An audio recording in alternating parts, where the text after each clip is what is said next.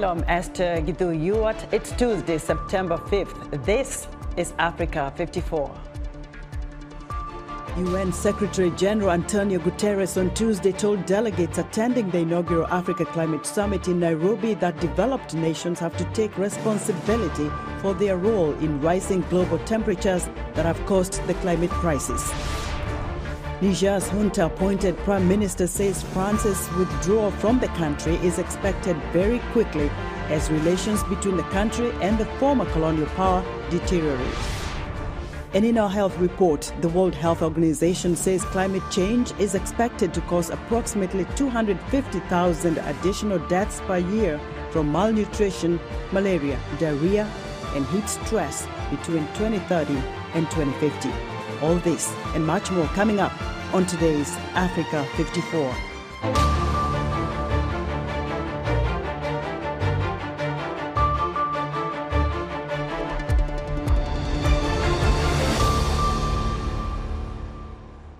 On day 2 of the Africa Climate Summit, Kenyan President William Ruto called on multilateral finance institutions to increase concessional lending. He's also calling for a conversation about a carbon tax to finance development, stressing that it is not an unfair proposition to make. Ruto says that special drawing rights should be made available to the countries that need them most. UN Secretary General António Guterres told delegates that developed nations must take responsibility for their role in rising global temperatures that have caused the climate crisis, while Africa accounts for less than 4% of global emissions. Accounts for less than 4% of global emissions, yet it suffers some of the worst effects of rising global temperatures. Extreme heat, ferocious floods, and tens of thousands dead from devastating droughts. To the large emitters, to the G20 countries responsible for 80% of the emissions that will be meeting this week in Delhi. Assume your responsibilities. Developed countries must commit to reaching net zero emissions as close as possible to 2040. Guterres called for an end to the use of fossil fuels that are largely seen as drivers of global warming. For more on day 2 of the Africa Climate Summit, Mohammed Yusuf reports from Nairobi. Africa Climate Summit enters its second day in Nairobi with 15 African heads of state, including the United Nations Secretary General António Guterres, attending the first summit to be hosted in Africa. The leaders, delegates and international organizations are discussing ways to come up with one African voice and financing solutions to manage the climate change which has affected millions of Africans. Great time also for the continent to start to look in this direction because there are a lot of potential. There's a lot of potential for battery development within the continent, and it's from conversations like this that that there's going to be a spark for those kinds of conversations and of course to move things a little bit forward for us as a continent. Yes, we'll have to wait a few months or a few years down the line to see whether whatever was discussed is actually being actualized or being practiced. Yeah. So in terms of like now the future of renewable energy, I think there's a future of the whole everyone else like moving towards renewable energy. And like I said, it's now upon the government to now just incentivize everyone else, yeah, to ensure the ease of that. Now the good things are happening, and some of the good things that actually are going to happen and I expect will happen at the end of this conference is establishment of a Green Climate Fund, whereby this will support youth in establishment of green jobs, whereby it will be opportunities for youth entrepreneurs. As we head to COP28, that we should increase our voices, and we demand of the developed world to take their fair share of the blame and not heap the blame on our nations, yet they are the ones who are most emitters and they want us to shoulder the burden. The talks here also surrounds how Africa can develop quickly without endangering the environment. The conference ends on Wednesday, and whatever will be agreed here, the delegates, international organizations and leaders hope it will be used at COP28 at the United Arab Emirates. Mohammed Yusuf for VOA News, Nairobi, Kenya.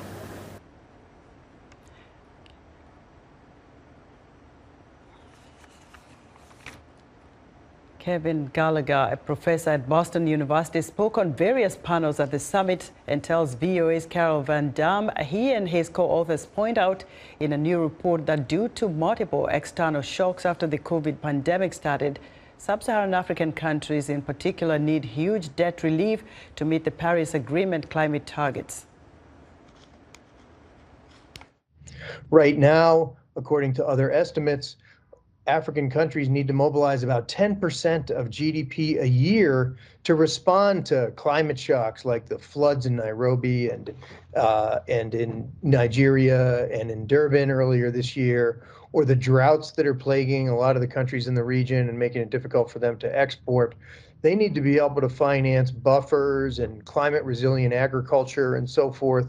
And they also need to finance transitioning into a low carbon and more resilient, socially responsible and inclusive economic growth path. That's going to cost about 10% of GDP a year between now and 2030. And the countries just don't have the financing there. They really need it from the international community. How much should multilateral banks provide in debt relief to sub-Saharan countries in particular to give them that fiscal space that you talk about that they need to achieve for reaching those Paris Agreement commitments?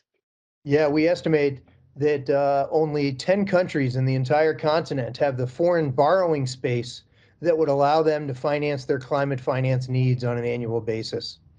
So we call on the international economic architecture to do three things. Number one, as you alluded to earlier, provide more liquidity. A lot of these countries need short-term finance to just keep things going. That means enlarging the International Monetary Fund, which is on the agenda this year. That means replenishing some of the special windows for African countries within the International Monetary Fund, like the Poverty Relief and Growth Trust and the Resilience and Sustainability Facility. In addition to that, alluding to multilateral development banks, we need the multilateral development banks, and this is on the agenda this year, to expand the level of capital that they have and to use more with the capital that they currently have. That was Kevin Gallagher, professor at Boston University School of Global Studies and director of the university's Global Development Policy Center. He was speaking with my colleague Carol Van Dam from the Africa Climate Summit in Nairobi. Heads of state and international organizations at the Climate Summit are advocating for a stronger voice and more financing to combat the impact of climate change on the continent. Here again is Mohammed Yusuf from Nairobi. Leaders, diplomats and global representatives have gathered in Nairobi, Kenya for the Africa Climate Summit, an event focused on addressing the devastating impact of global warming and climate change. The summit aims to tackle the challenges posed by increased droughts and flooding that have made millions of Africans poor, sick and hungry. Kenyan President William Ruto urged participants to shift their focus from problems to solutions. It is time we flipped and looked at it from the other side. There are opportunities, immense opportunities as well. Eastern African countries have grappled with severe droughts in recent years, leaving over 20 million people needing humanitarian aid, according to UN agencies. This past year, Nigeria has faced devastating floods, displacing over 1 million people and worsening food security. Migration from affected areas, growing competition over natural resources, and water scarcity due to changed rainfall patterns have also increased the risk of violence and conflict in Africa. Paul Ekwar is a community worker who works with Wetlands International in northern Kenya. His community relies on livestock as a source of livelihood. Persistent drought has killed animals, wiped out pastures, and threatened peace between his community and its northern neighbor, Ethiopia. Ekwar says Wetlands International has set up a system to manage the effects of climate change. We are helping communities do reseeding of degraded rangelands. That improves the environment and the environment because it will increase the pasture and the livelihoods. And through that, we also support sustainable peace and coexistence among the communities living along the borderlines. Delegates at the conference are discussing Africa's attempts to transition to cleaner energy sources and ways to obtain financing for climate change adaptation.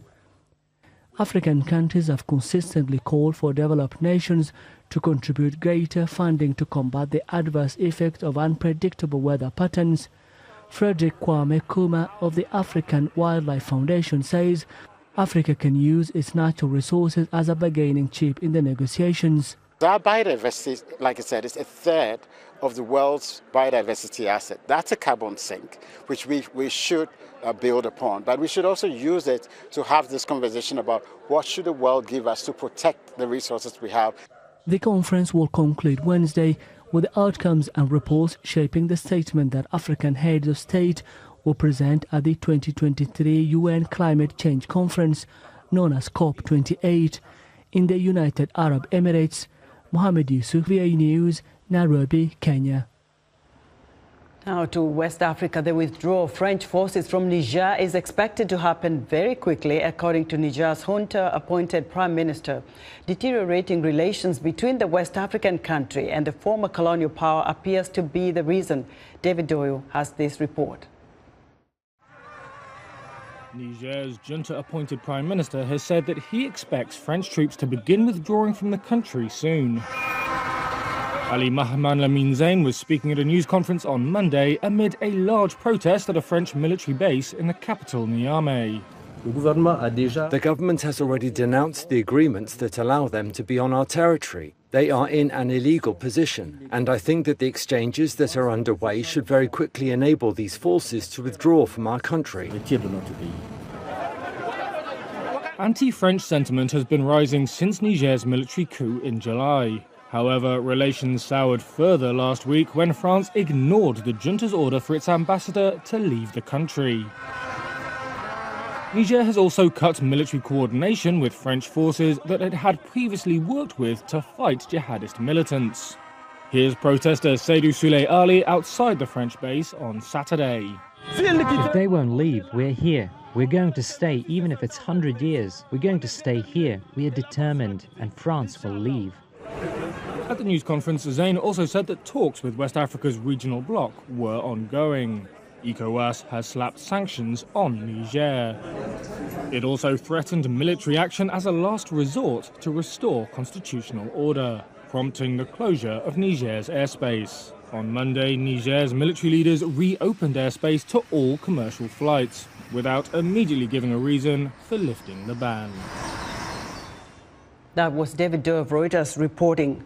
Regional blocs are playing a vital role in addressing coups across Africa. For more insight, VOA's Paul Ndiho spoke to Moses Kisa, an associate professor of political science and Africana studies at North Carolina State University's College of Humanities and Social Sciences. The African Union, which had previously taken a rather strong stance against what the AU calls unconstitutional changes of government, in more recent years, the AU has come across as lacking the skin and the spine to actually take action. Because in the past, ECOWAS in West Africa working with the AU have shown that those who engage in unconstitutional changes of government can face severe consequences, including direct military intervention by ECOWAS, supported by the African Union. So the coup contagion that has been happening, I think, is in part because there hasn't been resolute and decisive action undertaken by the African Union and by regional economic communities like ECOWAS in West Africa. A lot of people have said that at the end of the day, these are just clubs of people who protect each other. They don't have the teeth to bite. It's only talk, but they can't walk the talk. The OAU, the predecessor organization to the African Union, was for the most part a clubbing of autocrats. And the OAU was completely spineless and incapable of doing anything. For example, one of the things that the African Union has been doing, for which it deserves credit, is that every time there is a coup, every time there is an unconstitutional change of government using force, the African Union promptly suspends that country from its membership. The AU has been inconsistent. I think that's where the issue is. There have been cases of overt military takeovers that the AU has danced around and said, oh, maybe this wasn't a coup. It happened in Zimbabwe actually when Mugabe was overthrown. Earlier on in Egypt, ICC had overthrown Mohamed Morsi. And again, the African Union really, other than say that they were suspending suspending Egypt and so on and so forth, not much action has been undertaken in those cases. Moses, I respect your perspective on that, but for sure, I will not just sit back and not take you on. There are people who say that, for example, you have countries, I can name some. You have the likes of Uganda, Rwanda, Burundi, Congo, Brazzaville, most recently, Central African Republic, where these leaders have changed constitutions. Right? They have circumvented their constitutions. How do you respond to that kind of criticism where, in light of these coups that are happening in the Sahel or West Africa, when you look at what these leaders, smart leaders, have done previously by changing constitutions to stay a little bit longer, amounts to a coup d'etat? I agree, Paul, 100%. My only pushback is that, well, of course, we can agree that the AU is at fault. As I said, it's lacked the spine. It's not shown that it can be consistent in taking action. But don't forget that the AU is a member organization. Its strength, its impact is as good as the membership. So the African Union is hamstrung by the fact that its actions are based on its membership. And it's the same members that are engaged in wrongdoing, so they cannot punish themselves. That was Moses Kisa, Associate Professor of Political Science and Africana Studies at North Carolina State University College of Humanities and Social Sciences, speaking to VOA's Paul Ndiho. Let us know what you think about Africa 54 and all our VOA Africa programs on our website at voaafrica.com. Still to come, residents in New York push back against asylum seekers. Stay with us. Health, wellness, sport, beauty, medical breakthroughs. Healthy Living cares about your well-being. What are the main health concerns in Africa and around the world? Find out the latest on coronavirus. Connect with our experts and ask them questions. How long does the virus stay? Join me, Linor Moudou, in Washington, every week on Healthy Living, right here on VOA.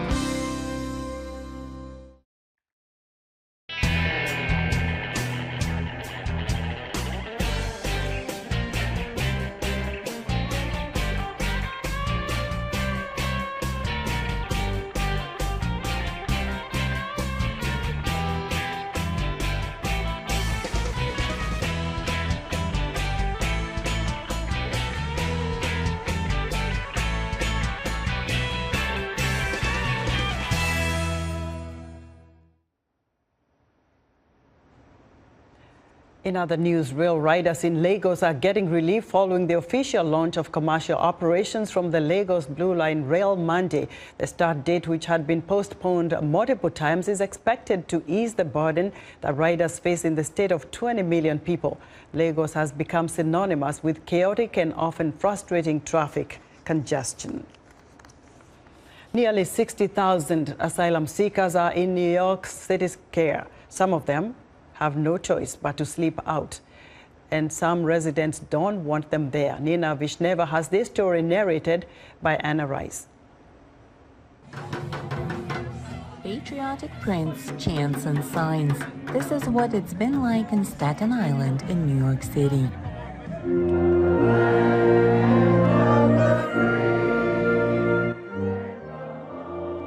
Staten Island residents have been demanding that a migrant shelter that opened up just a few years ago be shut down. They're welcome if they come legally. They're not welcome if they're illegal. And plus, these people are not vetted. We don't know who's in there.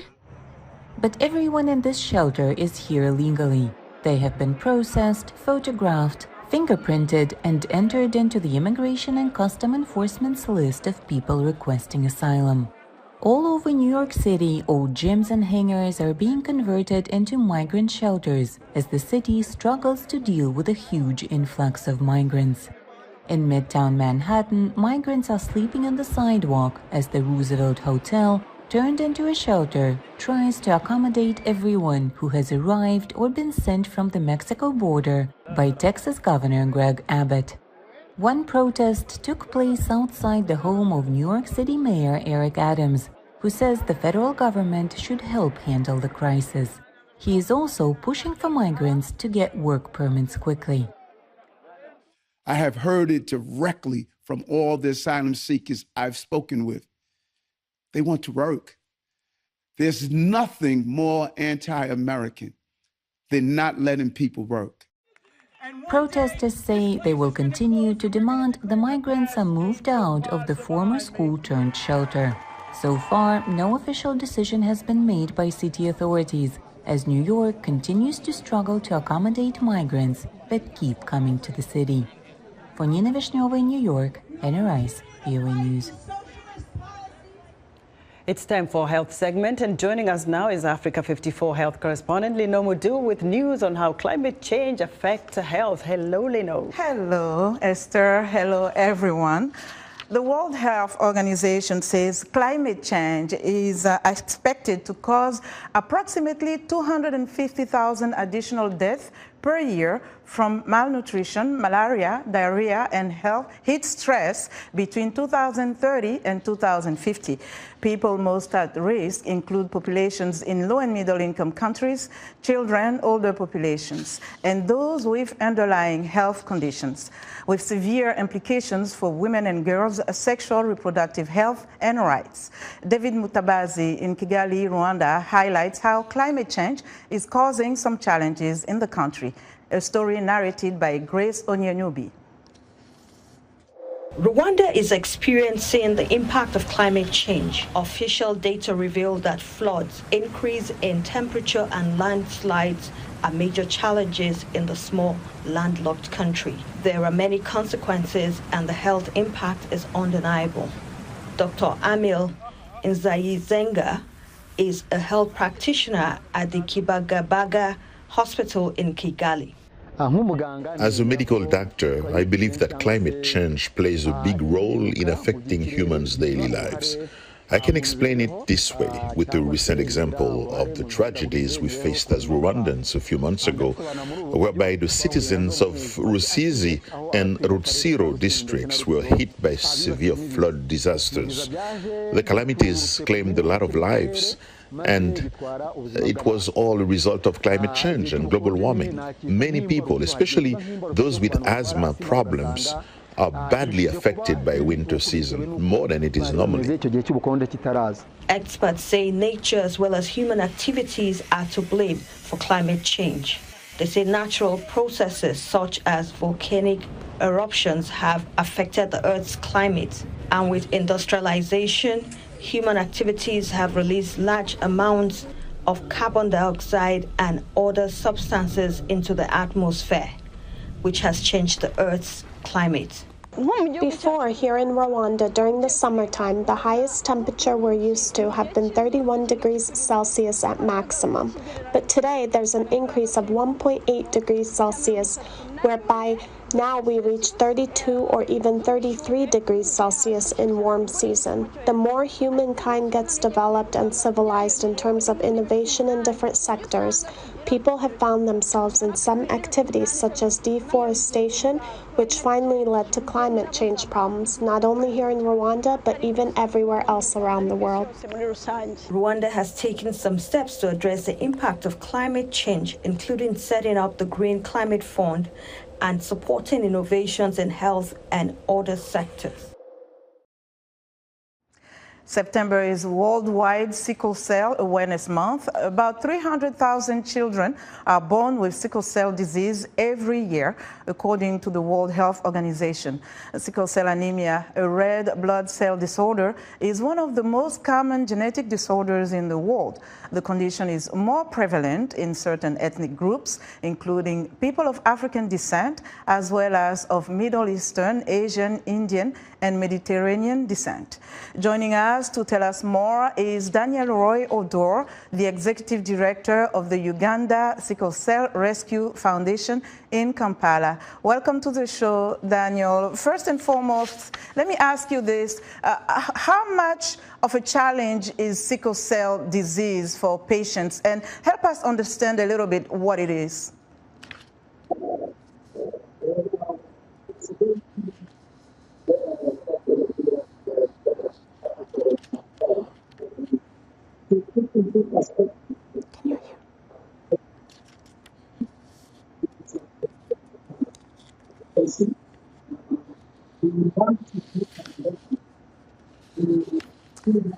I think we're having difficulties hearing Daniel.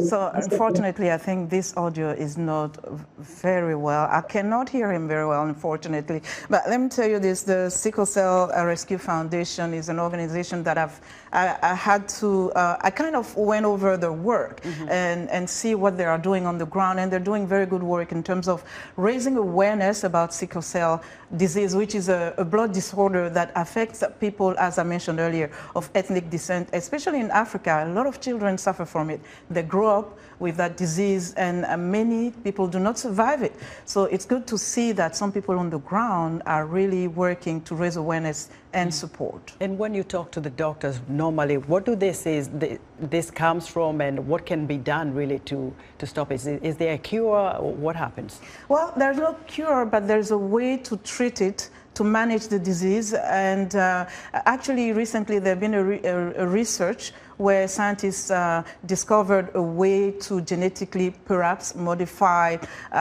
some sickle cells that can help patients, you know, but it's still in the works. For now, there is no cure, but it's about managing the disease. And yes, it's a very, it causes a lot of pain to patients, and it's very difficult to manage. What's the survival rate of somebody who has sickle cell anemia? Well, a lot of people survive to adulthood, but many children do not go over the age of teen years, you know. But those who are able to grow older, and they can manage with treatment and pain management, and even sometimes blood transfusion. Health reporter Linomo Bundu, you know too much about health issues. Thank you very much. And I'm sorry that the doctor's audio wasn't that clear. All right, that's our health with Lino Mudu here in the studio with me. And so we'll see you back tomorrow. Thank you very much for joining us right here on Africa 54.